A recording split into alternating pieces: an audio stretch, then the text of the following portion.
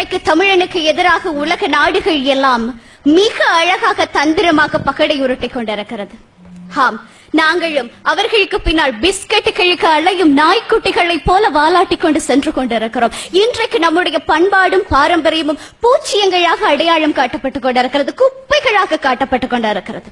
அப்படியானால் எதற்காக இந்த குப்பை பண்பாட்டின் ஆலயங்களையும் கட்டடங்களையும் சுற்றி உங்களுடைய ஐரோப்பிய அமெரிக்க ஆய்வு என்கிற பேரிலே கழுகுகள் சுற்றி சுற்றி வட்டமடிக்க வேண்டும்? எங்களுடைய மரதக்களையும் இசைக்களையும் ஆய்வு செய்வதற்காக எதற்காக நீங்கள் கோடி கோடியாக செலவு செய்ய வேண்டும்? எங்களுடைய யோக கடையை கோடி ரூபாய் செலவில் எதற்காக நீங்கள் ஆய்வு செய்ய வேண்டும்? அதையும் தாண்டி எங்களுடைய மூலிகை காடுகளுக்குள்ள எதற்காக ரகசியமாக உங்களுடைய உலங்கு வானூர்திகள் உலாவ வேண்டும்? ஏதோ இருக்கிறது என்பதனால் தானே எங்களை சுற்றி சுற்றி வருகிறீர்கள். இன்றைக்கு எப்படி இயேசு சிலுவைக்கு ஒப்புக் கொடுக்கப்படுகிற போது அவருடைய மேலாடை எனக்கு உள்ளாடை எனக்கு என்று ஆளுக்கு சீட்டு போட்டுக் கொண்டார்கள். அதை போல இன்றைக்கு தமிழ் நிலங்களுக்கும் சொத்துக்களுக்கும் ஆளுக்கு உனக்கு எனக்கு என்று அடிபட்டு கொண்டு சீட்டு போட்டுக் கொண்டு இருக்கிறார்கள். நமக்கு தெரியுமா? தெரியாது. தோற்க போகிறோமா? எப்படி போர் செய்ய போகிறோம்? எது வெற்றி? இப்படை தோற்கின் என்பதற்கு முன்பதாக எது வெற்றி? வெற்றி என்பது ஒரு இனத்தை அழித்து இன்னொரு இனம் வாழ்வது கிடையாது. வெற்றி என்பது எந்த இனம் தன்னுடைய இருப்பை பாதுகாத்துக் கொள்கிறதோ அதற்கு பெயர் தான் வெற்றி. நம்முடைய இருப்பை பாதுகாத்துக் கொள்ள என்ன செய்ய போகிறோம்? இன்னொரு யுத்தம் செய்ய போகிறோமா? 30 ஆண்டுகள் படை வளர்த்தோம், ஒரே நாளில் தாரை வார்த்து கொடுத்தோம். வீட்டுக்கு ஒரு வீரன் என்று அனுப்பி இன்றைக்கு அனுப்புவதற்கு எங்களிடம் எதுவும் கிடையாது, இலக்கு எதுவும் கிடையாது. இந்த நேரத்தில் எந்த ஆயுதத்தை ஏந்தி இந்த படையை பாதுகாக்க போகிறோம்? நமக்குள்ளே 1000 பிரிவுகள், ஜாதி சண்டை, மத சண்டை, அந்த சண்டை இந்த சண்டை. தேயிலை தோட்டங்களுக்கு கீழே தமிழன் செத்து விழுகிற போது இந்திய தமிழன் தானே என்று பேசாமல் இருந்தோம். ஒரு நாடை ஒரு தமிழனை 18 நாடுகள் சேர்ந்து தம்சம் செய்த போது என்ன செய்து கொண்டிருந்தோம்? இலங்கை தமிழன் தானே என்று பார்த்துக் கொண்டிருந்தோம்.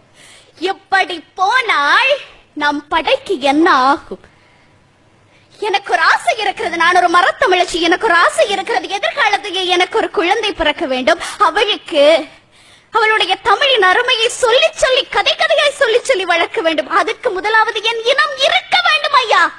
என் இனம் இருப்பதற்காக எந்த ஆயுதத்தை எடுத்து நான் போராடுவேன்? நிலம், நீர், தீ, காற்று, ஆகாயம், பஞ்சபூதங்களையும் முகவரிகளாக சொன்ன இனம் எங்களுடைய இனம். அந்த ஆயுதத்தை கையில எடுப்போம். இயற்கையை பாதுகாப்பதுதான் ஒரு இனத்தை பாதுகாப்பதாகும். இறுதியில் ஒன்றை சொல்லிக் கொள்ள விரும்புகிறேன். புலி பதுங்குவது எல்லாம் பயந்து விட்டது என்று அர்த்தம் கிடையாது.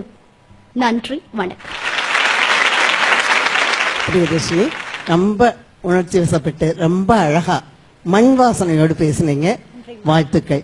ஏன்னா இப்பவே உங்களுடைய பேச்சுக்கு வெற்றி வாகை சூடுகிறோம். ஏன்னா அந்த ஒவ்வொரு எடுத்துக்காட்டுகளும் நீங்க சொன்னதெல்லாமே அனுபவபூர்வமா பார்த்திருக்கீங்க. எதிர்காலத்திலையும் எப்படி அதை கொண்டு செலுத்துவீங்கிறதுக்கு ஒரு முத்தாய்ப்பா என்னுடைய குழந்தைக்கு என்ன சொல்லி தருவேன்னு சொன்னீங்க பாருங்க. அந்த உணர்வு தான் வேணும்னு நாங்க எதிர்பார்க்கிறோம். நல்ல உணர்வுக்கு பாராட்டுகள். உங்களுக்கு ஒரு கேள்விமா. இப்ப யானையின் பலம் எதிலே? தும்பிக்கையிலே. மனிதனுடைய பலம் எதிலே? நம்பிக்கையிலேன்னு சொல்லுவோம் இல்லைங்களா? உங்ககிட்ட அந்த நம்பிக்கை நிறைய இருக்கு.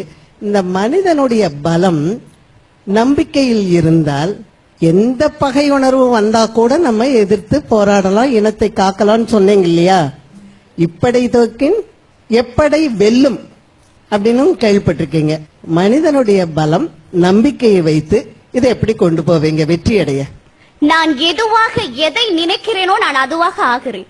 என்னுடைய எண்ணங்கள் தான் என்னை வடிவமைக்கிறது. கண்ணாடிக்கு முன்னாக நின்று நான் இதுதான், நான் கருப்பியாக இருக்கிறேன், நான் ஒரு கிளியோபட்ராவாக என்னை நினைத்துக் கொண்டால் நான் கிளியோபட்ராதான். அப்படித்தான் ஆகிறேன். அதைத்தான் சொல்கிறேன். என் இனத்திற்கு ஆண்டாண்டு காலம் தொட்டு ஒரு மரபு இருக்கிறது. ஆண்ட பரம்பரை நாங்கள் என்றும் மாண்ட பரம்பரை கிடையாது என்ற ஒரு நம்பிக்கை எங்களுக்குள் இருக்கிறது. அந்த நம்பிக்கை எங்களுக்கு சோறு போடும். விழுகிற போதெல்லாம் தூக்கி தூக்கி அந்த நம்பிக்கை நிறுத்தும்.